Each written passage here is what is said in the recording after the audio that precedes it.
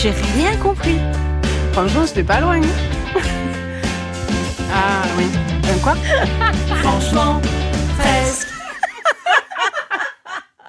Bonjour, bienvenue sur Franchement Presque. Je suis Mag et je suis avec ma Ride or Die. Marie. Et tu peux nous retrouver un samedi sur deux dans un nouvel épisode où on se raconte des histoires qu'on a vécues, qu'on nous a racontées ou qu'on a vues sur une thématique qui change tous les mois. Le mois dernier, on a parlé d'anniversaire puisqu'on est toutes les deux nées en avril. Et ce mois-ci, le thème, c'est les grèves, les révolutions, parce qu'on est en mai et qu'on avait le choix avec ça ou les ponts. Et puis, Ah oui, c'est vrai. on n'a pas été hyper inspirés sur les ponts, donc voilà. Et donc, c'est Marie, aujourd'hui, qui va inaugurer le nouveau thème de ce mois.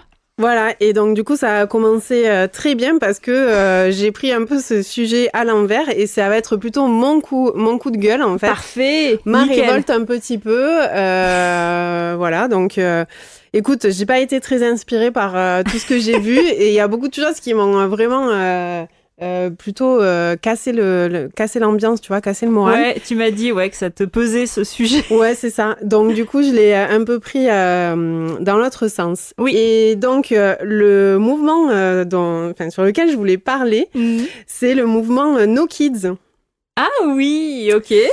Et donc du coup, c'est un mouvement qui m'agace beaucoup. Et donc du coup, je trouvais que c'était intéressant de le traiter. Donc du coup, je vais remettre un petit peu de contexte par rapport à ça. Donc, qu'est-ce que ce mouvement No Kids? C'est une tendance qui occupe aujourd'hui les débats médiatiques, touristiques et parentaux. Le terme désigne des espaces ou des services qui excluent ou mettent à distance les enfants. Les hôtels réservés aux adultes, les compartiments silencieux dans les trains, les restaurants sans poussette, voire les quartiers résidentiels où la présence d'enfants est implicitement découragée. Ça existe, ça? Visiblement, oui. Puis tu verras par la suite. D'accord. Donc, ce mouvement, il est apparu il y a une dizaine d'années à peu près. C'est une tendance, en fait, qui est maintenant assez valorisée, écrite et assumée, en fait. D'accord. Ça, c'est assez nouveau et c'est ce qui pose problème, en fait, c'est que c'est une notion qui était plus ou moins... implicite. Ouais, voilà. Sauf que maintenant, en fait, elle commence à être vraiment écrite. Affichée, et assumée. Et donc, du coup, c'est ce qui pose un petit peu problème. Et en plus, tout ça, le but, c'est quoi? C'est quand même toujours dans un but commercial, en fait. Hein. C'est pour à destination d'un public. Par exemple, les jeunes adultes sans enfants, les personnes seniors, tout ça. Et c'est quand même pour toujours vendre quelque chose, un service en plus ou un truc comme ça. Et donc, le plus gros exemple qui représente cette tendance, c'est la SNCF. Ah ouais, je l'ai vu passer ce truc. Voilà. Ouais. Donc, le 8 janvier 2026, la SNCF a lancé ses classes Optimum et Optimum Plus qui sont interdites à la réservation pour les enfants de moins de 12 ans. Sympa. Donc, la classe Optimum s'adresse aux voyageurs souvent professionnels, précise la SNCF, et elle n'accepte pas les enfants. Dans une première version de la présentation de ces offres en novembre 2025, il était écrit « Pour garantir un maximum de confort à bord de l'espace dédié, les enfants ne sont pas acceptés. » Boum. Prends-toi ça dans la gueule. L'entreprise a depuis modifié cette formulation qui a bien sûr fait beaucoup de bruit, préférant cet espace calme et accessible à partir de 12 ans. Ouais. Les plus petits sont bien sûr bienvenus dans le reste du train. Voilà. Et donc, ça, c'est... donc, ils sont revenus un peu dessus, sauf que, quand même... la finalité est la même. La finalité est quand même la même et exclut quand même une partie de la population, et notamment en fonction de son âge. Donc, c'est quand même très embêtant. Donc, j'ai regardé un petit peu, j'ai un peu cherché comment, en fait, on en est arrivé là. Parce que, en fait, derrière tout ça, il y a quand même une évolution des pratiques et je trouvais que c'était quand même hyper intéressant. Et des valeurs aussi. Ouais. Puisque pendant longtemps, c'était la famille qui était plutôt valorisée, et là, a priori, c'est plutôt... C'est ça. Mais en fait, c'est vraiment une évolution. Tu verras, je vais en parler après, mais c'est vraiment une évolution de la famille et tout. Mais déjà, toi, dans un premier temps, comment tu le vois, comment tu vois cette tendance? Ouais, alors, je dois avouer qu'il y a dû y avoir des moments où, effectivement, je pense que j'aurais préféré ou j'aurais souhaité ou tu vois des endroits ou des trucs où tu vois qui sont réservés juste uniquement aux adultes, etc., sans enfants, etc. Mais en vrai pas tu vois, juste par snobisme, tu vois, ou par genre putain, il va gueuler encore longtemps, enfin tu vois, on peut pas avoir la paix, ou les enfants c'est nul, enfin tu vois, ce truc un peu de mais tu vois, c'est pas, je ne le pense pas sincèrement, tu vois. C'est plus un réflexe genre de flemme. De la même façon que je dis que j'aime pas les gens, que j'aime pas, tu vois. Mais quand tu réfléchis un petit peu, en fait, tu te rends compte que ça va au-delà de ça, que ça discrimine beaucoup plus que simplement les enfants, comme d'habitude. Et que, en fait, le confort qui est recherché là dans ces Optimum et Optimum Plus, c'est uniquement le confort et la tranquillité des hommes qui vont travailler, qui sont riches et qui ont eux-mêmes probablement des enfants et qui sont à la maison avec leur maman ou leur nounou, ou enfin voilà, donc ça reproduit quand même des schémas qu'on connaît bien, et du coup ça exclut souvent les femmes qui sont souvent en charge encore aujourd'hui de leurs enfants, et voilà. Et pour développer un peu, donc j'étais tombée sur le post de Baptiste Beaulieu. Et c'est lui qui m'avait, enfin c'est par ce biais-là que j'avais eu connaissance de cette nouvelle offre proposée par la SNCF. Quelle brillante idée! C'est fou, hein? Et je trouve qu'il avait très bien expliqué justement tous les mécanismes qu'il y avait derrière et à quel point c'était absurde, et où en fait c'est vrai que franchement, hein, vraiment en tant que personne qui n'a pas d'enfant, c'est vrai que ça peut être tentant, tu vois, ce genre de solution. Mais en fait, c'est une façon de juste d'exclure et de rester dans sa bulle, et c'est nul en fait à terme. Ouais, et puis moi je trouve que en plus, donc c'est là dans cet exemple-là, c'est une classe qui remplace en fait la classe business. Donc, du coup, qui est réservé effectivement à une certaine population, machin. Et en même temps, j'ai envie de te dire, qui n'a pas été déjà gêné par le mec qui va faire sa réunion d'équipe, machin, la meuf qui va prendre son appel, tu vois, et le partager à tout le monde. Oui. Les gens qui écoutent la musique sans écouteurs, ou les gens qui regardent des réels, parce que ça, c'est encore pire, je trouve, maintenant. C'est que t'as des gens qui sont sur Insta ou TikTok ou quoi, qui font défiler leurs trucs et tout, et en fait, qui écoutent les vidéos avec le son, en fait. Donc, t'es là, tu fais, mais en fait, c'est pareil, quoi. Ouais. Et c'est vrai que du coup, je trouve que en fait, différencier ce comportement-là d'un comportement d'un enfant, tu vois, c'est vraiment volontairement l'exclure, en fait, alors que tu es adulte et tu es censé, tu vois, prendre sur toi, et voilà. Et du coup, donc la conclusion de Baptiste Beaulieu, que je rejoins complètement, c'est que, en fait, plutôt que de proposer des espaces qui excluent les enfants et, par extension, leur famille, c'est plutôt peut-être de proposer des espaces qui sont accueillants pour les enfants et leurs familles, qui leur permettent de passer un trajet où ils peuvent jouer, où ils peuvent s'exprimer, où ils peuvent être à l'aise. Et du coup, c'est en étant à l'aise et bien, et etc., du coup, forcément, ce sera moins contraignant pour les autres passagers du train. Et que c'est vraiment la voie de proposer des services en plus aux personnes qui ont des thunes, et de proposer des services en moins aux personnes qui doivent payer 4 places dès qu'elles font un déplacement ou un truc comme ça, quoi. Ouais, c'est clair. Et puis bon, c'est toujours compliqué de tu vois, de voyager avec des enfants et tout. Mais moi, je m'étais pris la tête avec avec quelqu'un dans un train. Comme c'est surprenant. Tiens, c'est bizarre. Alors enfin.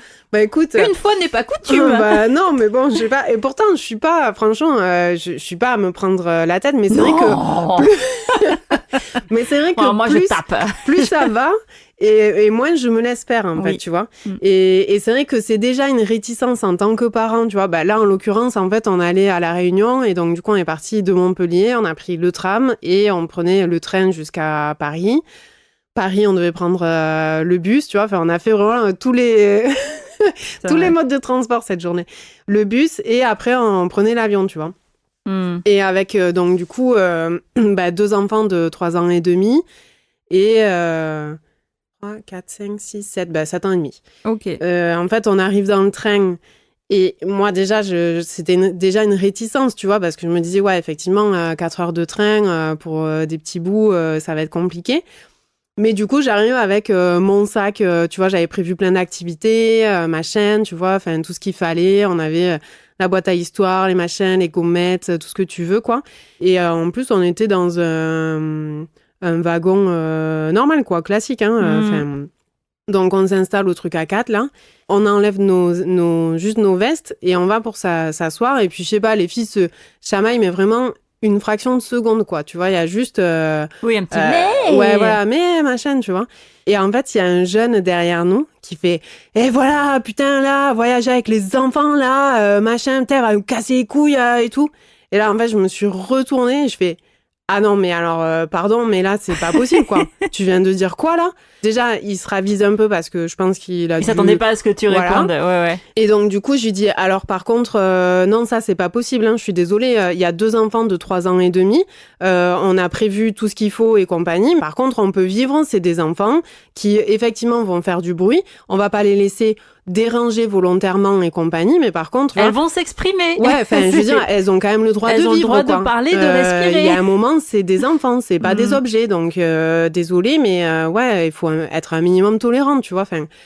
Et franchement, j'étais remontée de ouf, quoi. Et mon chéri, tu vois, il était bon... On va se calmer. J'étais ouais, on va se calmer, on va se calmer. Parce que vraiment, tu sais, je me suis dit, ah non, mais ça va pas commencer comme ça, en fait, tu vois. Et bon, je pense que j'étais déjà, moi, sous tension, tu vois. Mais c'est vrai qu'il y a ce côté-là aussi, c'est que, bien sûr que tu veux pas que tes enfants dérangent les gens, mais ça reste des enfants, avec leur spontanéité, avec leurs émotions vives et compagnie. Et c'est normal, ce sont des êtres en train de se construire, qui ne se comportent pas comme des adultes et qui n'ont pas forcément conscience que ils doivent être très calmes, tout ça, et surtout sur une période de 4 heures, tu vois. Oui. Donc, il faut aussi savoir être tolérant, en fait, tu vois. Et finalement, en plus, le trajet s'était très bien passé. Donc, paf dans sa gueule. Ouais, c'est clair. Bien joué, les meufs. Comment on en est arrivé là, en fait? J'ai suivi un article, en fait, sur lesadultesdedemain.com, épisode 254. Donc, il y a le podcast, si vous souhaitez l'écouter, qui a été, du coup, un échange avec Jean-Didier Urbain. Alors, je ne sais pas qui est cette personne, mais apparemment, c'est un grand spécialiste français du tourisme. Ok. On retrace un petit peu, en fait, l'évolution de tout ça. Donc, c'est assez intéressant d'un point de vue historique, en fait. Il y a eu une grosse évolution, en fait, de la vie familiale. Et jusqu'aux années 1960, le fait d'avoir des enfants, c'était un facteur de sédentarisation, en fait. C'est-à-dire que quand tu avais des enfants, tu restais où tu étais. Ou sinon, tu allais dans le cercle de la famille élargie, en fait, mais tu te lançais pas dans des grands voyages, quoi. Du coup, c'est aux alentours des années 70-80 qu'il y a une rupture. Les enfants deviennent intégrés, en fait, aux pratiques de voyage, bien plus tôt qu'auparavant. Sur du long terme, en plus. Donc, des gros voyages. Ok. Et on n'attend plus que les enfants soient grands pour entamer des grands voyages, en fait. Donc, forcément, tu te retrouves un peu avec la marmaille, machin. Ce renversement, il s'accompagne aussi d'un refus de laisser son enfant à un tiers, tu vois. Donc... Tiens, c'est bizarre. Les gens n'aiment pas confier leur enfant à d'autres personnes. Ouais. Et en fait, en parallèle de ça, tu as aussi les grands-parents qui, normalement, étaient un peu destinés à garder les enfants et tout, qui, eux, se lancent aussi à faire des voyages. Et oui. Forcément, les parents se retrouvent un peu, ont cette volonté de ne plus laisser. Tu allais dire obligés. Obligés. Non, les parents ont cette volonté de garder leurs enfants avec eux. Ouais. Et en même temps, dans certains cas, oui, ils se retrouvent obligés parce que les grands-parents, eux, ils vont faire la fiesta, tu vois. Conséquence, il y a tout un système en fait qui a disparu et certains parents se retrouvent face à face avec leurs enfants tout le temps. Mm-hmm. En France, en fait, donc c'est quand même ces espaces No Kids, ils sont moins courants qu'ailleurs. Mm-hmm. Et la pratique est même punie par la loi. Jusqu'à 75 000 € d'amende au motif qu'on n'a pas le droit d'exclure en fait une personne par rapport à son âge. Mais par contre, il y a quand même une vingtaine de campings en France qui sont exclusivement réservés aux adultes. Mais non. Ouais, mais ça, c'est des campings Et libertins. Le sachet... par contre, j'espère que oui, effectivement. Effectivement, j'espère que par contre... ouais. Mais non, par contre, le sachez-tu, c'est que en fait, en Arizona, tu as 2 villes qui sont exclusivement réservées aux seniors. Mais ça, je l'ignorais. Ah, c'est que pour les seniors? C'est que pour les seniors. Non, mais c'est genre... Minimum d'âge, 55 ans. Ouais, non, personne n'a envie d'y aller non plus. Oui, mais bon. Elles s'appellent les Sun City. Elles sont exclusivement réservées aux gens de plus de 55 ans. Il n'y a donc pas d'enfants ni d'adolescents ou de jeunes adultes dans la ville, même si les habitants peuvent être visités par des proches. Mais attention, pas trop souvent. Maximum 90 jours par an. Mais c'est ouf. Ouais. Bon, après, je me dis, on a aussi des résidences seniors ici. Ouais. Mais c'est des résidences. Oui, voilà, je pense pas que des villes, quoi. Tu vois, ils seraient ravis qu'il y ait beaucoup plus de jeunes qui viennent rendre visite. Ouais, voilà, c'est ça. Parce qu'à contrario, tu as aussi des résidences intergénérationnelles, là, où dedans, tu vas avoir une crèche et une maison de retraite, machin, tu vois. Ouais. Ouais, mais après, tu vois, je sais pas, ça pose quand même la question du besoin aussi de se retrouver entre soi. Enfin, tu sais, plutôt quand on est des communautés marginales ou des trucs comme ça, ce qui n'est pas le cas, hein. Exclure les enfants, c'est quand même un truc hyper violent. Déjà parce que les enfants, ils font pas exprès d'être ce qu'ils sont, et puis du coup ça extrapole souvent vers des femmes célibataires. Parce que du coup, c'est celles qui n'ont pas des moyens de garde faciles, qui n'ont pas les sous pour payer des gens, qui n'ont pas une famille proche pour s'en occuper, et souvent où le père est absent. Donc ça exclut une partie de la population qui est déjà pas valorisée dans notre société, comme les espaces queer ou les trucs comme ça, tu vois, qui sont excluants, mais par rapport à la majorité, en fait. Oui. Et c'est vraiment pour se sentir en sécurité. Je pense que là, ces villes qui sont interdites, entre guillemets, aux personnes de moins de 50 ans ou un truc comme ça, c'est aussi une façon de se sentir en sécurité. Voilà, donc il y a l'exclusion et l'exclusion, mais dans le cas là, de la SNCF, les espaces No Kids, clairement, c'est juste de l'élitisme et du snobisme. Oui, mais après, tu as quand même des restaurants No Kids, tu as quand même des hôtels No Kids, Voilà, c'est clairement des fois affiché comme tu vois un avantage en fait. Fou, alors comme tu vois, on rigolait là pour le truc les campings libertins ou les trucs comme ça.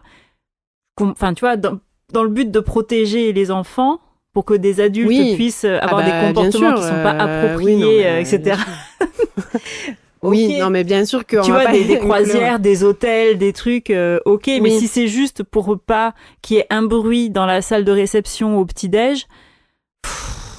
Mais tu vois, là, en fait, il parlait aussi, en dehors de ça, de tout ce qui est marketing et tout, il y a quand même, en fait, une tendance, par exemple, dans les fêtes privées ou les mariages, où tu es invité sans enfant. Tu vois. Ah oui. Et moi, il y a quelques années, il y a une copine à moi qui s'est mariée et sur son invitation, c'était sans enfant, en fait, tu vois.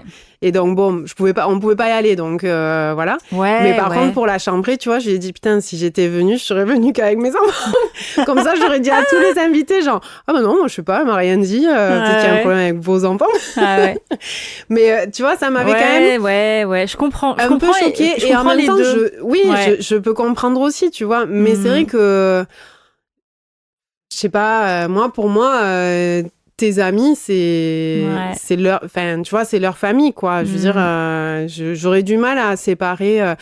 À contrario, on était allé dans un mariage d'amis qui avait prévu des 2 animateurs. Ouais, c'est ce que tu j'allais vois, te pour dire. les enfants. Et pendant tout le week-end, en fait, les enfants, ils étaient gérés par les animateurs, machin, tu vois. Et je trouvais que c'était hyper bien, en fait. Parce que ça permettait aux parents, tu vois, d'être là avec leurs enfants. Parce que, comme tu disais, il n'y a pas toujours un mode de garde derrière. Il n'y a pas toujours des grands-parents ou de la famille proche ou des amis. Et du coup, ça permettait quand même qu'ils soient là en famille, qu'ils partagent un truc, mais que ce soit adapté à chaque personne, tu vois. Alors, certes, c'est un budget supplémentaire, mais j'avais trouvé ça génial, quoi. Enfin, en tout cas, c'est une attention qui m'avait touchée et j'avais trouvé ça vachement bien, tu vois. Je m'étais dit, putain, maman... C'est ce que j'allais te dire. Enfin, je comprends aussi, tu vois, que t'as... j'imagine, c'est encore plus quand toi-même, t'as pas d'enfant, où tu as envie de faire, quand tu imagines ta soirée idéale, j'imagine que quand on fait un mariage, on fantasme vachement, on met vachement d'argent, donc on a vraiment envie de s'éclater, d'être avec ses proches et tu vois, et qui puisse être complètement disponible pour toi. Mais dans ce cas-là, c'est vrai que ça peut être la solution idéale, ça pourrait être qu'en fait, tes amis viennent avec leurs enfants, mais leurs enfants sont pris en charge une fois que, comme ça, ils peuvent quand même avoir la légèreté de pouvoir picoler, de pouvoir se coucher tard, de pouvoir être insouciant sans... Oui, c'est ça.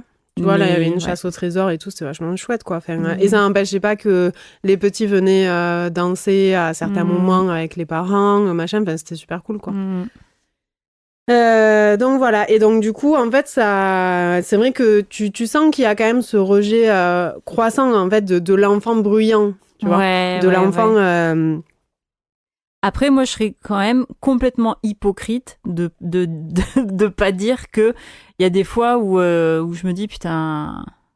Ce serait mieux s'il y avait pas ces gamins ou ces trucs. Mais c'est clair.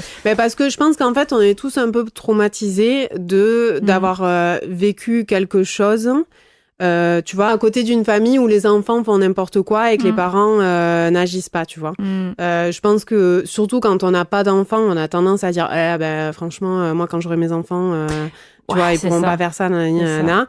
Souvent, après, quand t'as des enfants, tu repenses à ce que, tu vois, tout ce que t'as dit et tu t'as envie de te foutre des gifles et de te dire, franchement, t'aurais mieux fait de fermer ta gueule. Ouais. Mais oui, je pense qu'en fait, il y a cette partie de la population qui n'éduque pas ses enfants et tout, et que, voilà, tu subis pendant un transport ou au resto ou en vacances, où ça te gâche un peu le truc. Ça, je veux bien le comprendre, tu vois. Forcément, on n'a pas envie d'être... de subir ça. Mais je trouve que c'est plus violent, en fait, d'afficher vraiment, tu vois, nos kids et voilà, quoi. C'est vraiment exclure toute une partie de la population parce que, bien sûr, comme tu le disais tout à l'heure, en fait, tu n'exclus pas que les enfants, mais tu exclus aussi les parents. Et donc, du coup, ça peut être des gens qui n'ont pas de mode de garde et compagnie, donc, et qui sont déjà un peu réticents, tu vois, à aller dans certains endroits. Mais il ne faut pas oublier que c'est aussi en se confrontant aux autres que l'enfant apprend, en fait. Et du coup, ce qui risque de se passer, c'est que on va se diriger vers une société de plus en plus individualiste et normée, tu vois, avec des gens qui correspondront à des cases et qui auront des espaces réservés à leurs cases et pas autrement, tu vois. Et c'est ça qui est un petit peu embêtant, en fait. C'est que, faut pas oublier que, voilà, on vit tous ensemble et que, je vois dans d'autres pays, c'est pas forcément ce qui se passe, tu vois. Ma sœur vit en Espagne et là-bas, les enfants sont pas du tout considérés comme nous ici, tu vois. Et dans des pays nordiques, c'est pareil, tu vois. Donc c'est aussi toute une réflexion qu'il faut avoir tout autour, tu vois. Mais c'est vrai que moi, personnellement, ce qui me fait peur, en fait, c'est que comme toute forme d'exclusion, en fait, ce type de message donne la légitimité aussi à certaines personnes qui peuvent avoir ces idées-là, mais qui peut-être avant, tu vois, se seraient tues ou auraient pris sur eux. Comme moi. Oui, mais comme nous tous, en fait. Tu vois, comme moi, j'ai pu le faire aussi avant d'avoir des enfants et compagnie. Mais c'est vrai que, tu vois, c'est aussi quelque chose qui t'apprend à être patient, à être tolérant, tu vois, apprendre sur toi et compagnie. Et moi, je trouve que, en fait, si tu permets ça, ça fait que, en fait, tu vas plus faire cet effort-là. D'avoir une réflexion, de te dire, bon, ben, ok, machin, de pousser un petit peu et de devenir quelqu'un de tolérant. Sauf que là, en fait, ça coupe justement cette réflexion-là. Et moi, c'est ça qui me fait plus peur, en fait. C'est que ça laisse, du coup, une porte ouverte sur le jugement et l'individualisme, alors que, Et ouais, on est censé vivre ensemble. Ouais, et puis c'est et déjà... d'être différents. Et en même temps, c'est déjà tellement dur d'être parent, tu vois, dans cette société qui n'est pas du tout conçue pour avoir des enfants, quand même. Et du coup, tu vois, rajouter cette pression-là, franchement, ouais, je trouve que ça éloigne les personnes entre elles, alors, au lieu de les rapprocher, quoi. Ouais. Ouais. Voilà, donc c'était mon petit coup de gueule de cette tendance No Kids là, que vraiment je comprends pas, et moi ça m'a un petit peu cassé les couilles quand c'est sorti, tu vois, où je me suis dit mais enfin quel est le connard qui est allé chercher cette idée, quoi. Ah franchement, je t'enverrai et je partagerai sur le compte Instagram le post de Baptiste Beaulieu à ce sujet. Vraiment. Parce que comme d'habitude, il trouve les mots justes et avec de l'humour et puis quelques photos de Calvin. Comment il s'appelle tu sais, le gars qui joue Superman. Henry Cavill. Ouais. Enfin, voilà. Ce gars. Ce qui ne gâche rien au message. Et non, c'est super intéressant. Et mais pourquoi ? Parce que... alors moi je le dis à la française, mais Henry Cavill. Ouais. Parce que du coup, pourquoi ? Parce qu'il a tenu des propos par rapport à ça ? Ah non, pas du tout. C'est parce qu'en fait, il l'utilise souvent dans ses carousels en mettant des photos de ses fesses ou machin. D'accord. Et c'est juste pour... d'accord. En disant que c'est son mari et que... Ah ouais, mais moi aussi, je veux bien que ce soit mon mari. Hein. C'est évidemment pour apporter un peu plus de précision à son propos. Oui, ça n'est jamais gratuit. Ouais. Oui, d'accord. Évidemment. D'accord. Moi, j'aime beaucoup cette personne. Ah ouais, il est génial. On parle de Baptiste Beaulieu. Non, on parlait pas. Je parle d'Henry Cavill personnellement, mais bon. Henry. Mais peu importe comment il s'appelle. Je t'appelle comme tu veux. Ah là là, non mais je sais pas si t'as vu The Witcher, mais dans The Witcher, avec les cheveux gris, longs, oh là là, magnifique. Bien sûr, je sais. Eh bien, merci Marie pour ce coup de gueule. N'hésitez pas à nous dire en commentaire ce que vous en pensez des espaces No Kids. Est-ce que vous pensez que c'est nécessaire dans certaines situations, ou est-ce que c'est complètement du bullshit, ou peut-être un petit peu entre les deux? Vous nous dites. Oui, non mais ça on peut comprendre, voilà. Entre les deux. Ouais. On peut discuter. Nous sommes des personnes raisonnables. Oui.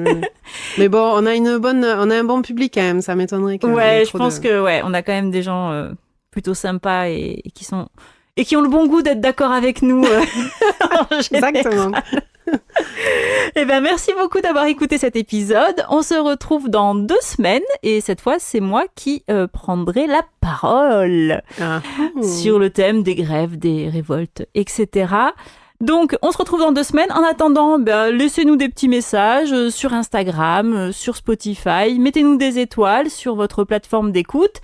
Et puis, vous pouvez aussi nous laisser des vocaux sur notre page speakpipe.com. Le lien est dans la description de l'épisode. Quel talent! Oh là là, ça gère, hein. Bon, mais bisous Marie, bisous tout le monde et à dans 2 semaines. Salut!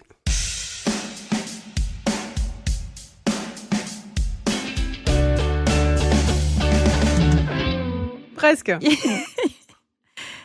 Bon, très bien. Épisode. Bon, c'était pas mal, non ? C'était super. J'aime beaucoup ce que vous faites. J'adore ce que vous faites. Je vous trouve très beau. Vraiment.